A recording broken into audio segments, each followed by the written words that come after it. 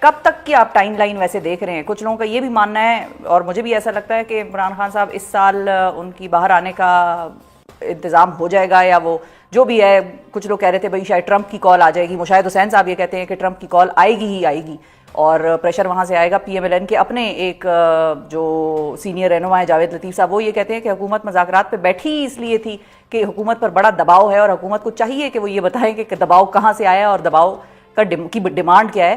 آپ کی کیا ٹائم لائن ہے یہ ہلوسینیشن ختم ہونے کی؟ دیکھیں، یہ پرابلم سالو نہیں ہوگا، سولوشن کی طرف نہیں جائے گی بات، اچھا، یہ ایلیمینیشن آف دا پرابلم کی طرف جائے گی بات۔ تو اس لیے ایسے یہ پرانی بیماریاں جو ہے نا اتنی جلدی جان نہیں چھوڑا کرتی۔ اور جہاں تک امریکی پریشر کا تعلق ہے، امریکی پریشر تو شروع ہے، بڑے دن سے آن ہے، 5 نومبر سے آن ورڈز اگر آپ پلس کو دیکھیں تو پریشر تو آن ہے۔ اگر کوئی فرق ہے تو یہ کہ 2-3 اہم شخصیات کی طرف سے فارملی کوئی بات نہیں، تو ہم ایکسپیکٹ بھی نہیں کرتے۔ کس نے کہا ہے کہ ٹرمپ جناب، یہ مشاہد حسین صاحب کی جو ہے نا ایک ان کا حسن طلب ہو سکتا ہے، انہوں نے پہلے بھی ایک دفعہ اس سے ملتی جلتی بات کی تھی، اور چونکہ وہ سسٹم کو سمجھتے ہیں اور سسٹم کو تاریخ کے تناظر میں سمجھتے ہیں، انہوں نے ایک دفعہ بات کی تھی، اگر آپ کو یاد ہو، کہ کوئی نہیں، سارے معاملات ٹھیک ہو جائیں گے، آپ فکر نہ کریں۔ یہ بات آج سے غالباً 25 سال ادھر کی ہے کہ میڈلین البرائٹ کا فون آئے گا اور سارے معاملات ٹھیک ہو جائیں گے۔ یعنی سیکرٹری آف اسٹیٹ جب کچھ کہیں گی تو وہ تو پاکستان کی بھی بگ باس ہیں۔ اچھا، تو پھر آفتاب صاحب یہ سسٹین کر لے گا پریشر؟ یہ اگر پراپرلی فارملی وہاں سے پریشر آئے تو پاکستان کی گورنمنٹ سسٹین کر لے گی؟ ڈونلڈ لو کا پریشر تو سسٹین ہوا نہیں، ٹرمپ کا کدھر سے کریں گے؟ کس کی بات کر رہے ہیں آپ؟ اور وہ چھوٹا سا کلارک تھا، ایک چھوٹا سا کلارک، ایک بڑا معمولی سا، ایک پوری مشینری میں ایک سب سے چھوٹا کل پرزا، اس نے دہشت ڈال دی تھی اتنی۔ تو ظاہر ہے وہ اکیلا خود کچھ نہیں کر رہا تھا، لیکن اس کی اپنی دہشت ان کے اوپر بہت زیادہ تھی۔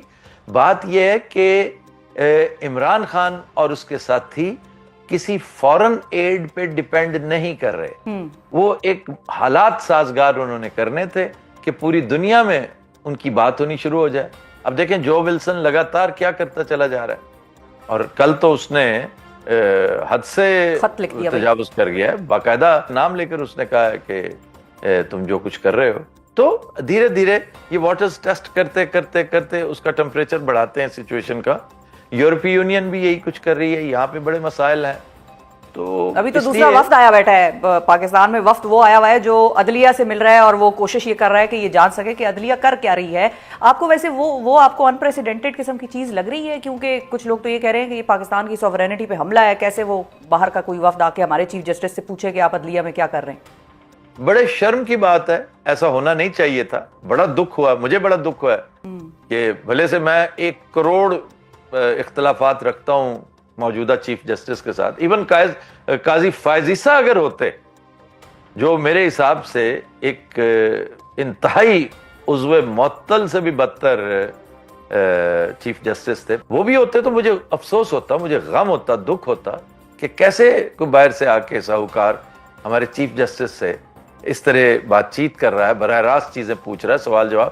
میں نے اپنے ویلاگ میں حالیہ ایک گفتگو میں یہ کہا ہے کہ جیسے ایک کوئی نالائق سا سکول ہوتا ہے جس کے ماسٹر بھی نالائق، ہیڈ ماسٹر بھی نالائق، اسٹوڈنٹس بھی نالائق، اور اس کی در و دیوار بھی انتہائی ناگفتہ بے صورتحال ہے، وہاں پر جب محکمہ تعلیم کی انسپیکشن ٹیم آ چکی ہو تو وہ دہشت اور خوف کا جو عالم ہوتا ہے وہ آج کل ہمارے ہاں ہے۔ اور دیکھیے گا اس کی رپورٹ پہ آگے معاملات کیا ہوتے ہیں۔ مجھے ٹرمپ سے زیادہ ادھر سے زیادہ خدشات ہیں۔ اچھا، بالکل صحیح ہے۔ اچھا، اب کیونکہ آپ نے پارٹی پی ٹی آئی کا بھی ذکر کیا، پی ٹی آئی کے اپنے لوگوں کا بھی ذکر کیا، آپ نے کہا کہ وہ لوگ خود بھی ٹرمپ پہ اس طرح سے ڈیپینڈ نہیں کر رہے، یا وہ اتنا ریلائبلٹی ان کی اس پہ نہیں ہے، پاکستانی پبلک پہ زیادہ ہے، کہ پبلک کا سپورٹ زیادہ ضروری ہے پاکستان کے لیے، پی ٹی آئی کے لیے۔ پارٹی کے اندر جو اس وقت معاملات چل رہے ہیں، ایکسکیوز می، دیکھیے ایون پبلک سپورٹ کی بھی اس وقت ضرورت نہیں ہے۔ Try to understand. اچھا، یہ اس کا کام تو خود کرتے چلے جا رہے ہیں۔ صحیح ہے. لیکن اب آگے تھوڑا سا بڑھتے ہیں. پارٹی کو, پی ٹی آئی کو عمران خان کی ضرورت بالکل ہے, ضرور ہے, کیونکہ پارٹی کے اندر کے جو حالات ہیں اس کو گورنمنٹ تو انجوائے کر رہی ہے, کیونکہ گورنمنٹ کو لگ رہا ہے کہ بھائی وہ کمزور ہوئے ہوئے ہیں, ان میں بھی ٹوٹ پھوٹ ہو رہی ہے. پارٹی کے اندر کے جو معاملات ہیں, سیاسی جو سیاستدان ہیں ان کے. پارٹی کون سی, کس پارٹی کی بات کریں؟ تحریک انصاف سر. وہ کیا ہے؟ عمران خان کی جماعت. عمران خان کا ہے نا, وہ ٹوٹ پھوٹ کا شکار ہے. ہاں ٹھیک ہے, لیکن میں وہی پوچھ رہی ہوں آپ سے. پارٹی, ٹھیک ہے, ہی از دا پارٹی.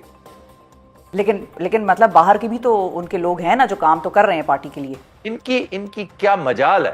یہ صرف چہرے ہیں, یہ صرف فیسز ہیں, تصویریں ہیں, یہ تبدیل ہو جائیں گی.